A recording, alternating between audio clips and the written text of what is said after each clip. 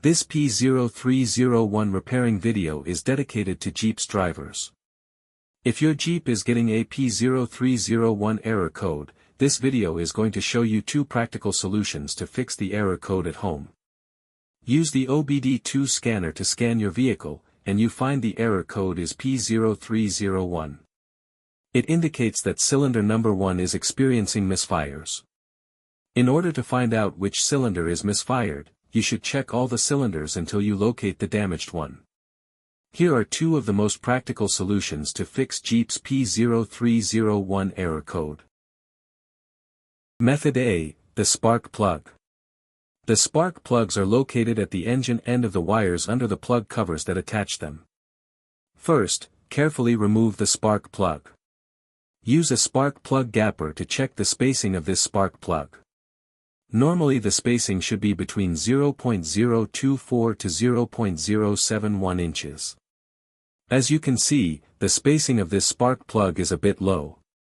Use the spark plug gapper to increase the spacing back to the normal range. But if you see there is obvious damage on the spark plug, just simply replace it with a new one. Method B, the ignition coil. Ignition coils are usually installed directly at the cylinder head above the spark plug. First, carefully remove the ignition coil from the engine. Check to see if the ignition coil is either stained or damaged. If the ignition coil is covered with engine oil or stains, simply clean it with a WD-40 cleaner. Otherwise, replace the damaged ignition coil with a new one. So here are 2 of the most practical solutions to fix Jeep's P0301 error code. After the repair, you can now use the OBD2 scanner to clear the error code. And tap the rescan button one more time to make sure everything is fine with your vehicle. To save more money on car expenses, buy an engine code scanner at the description link below.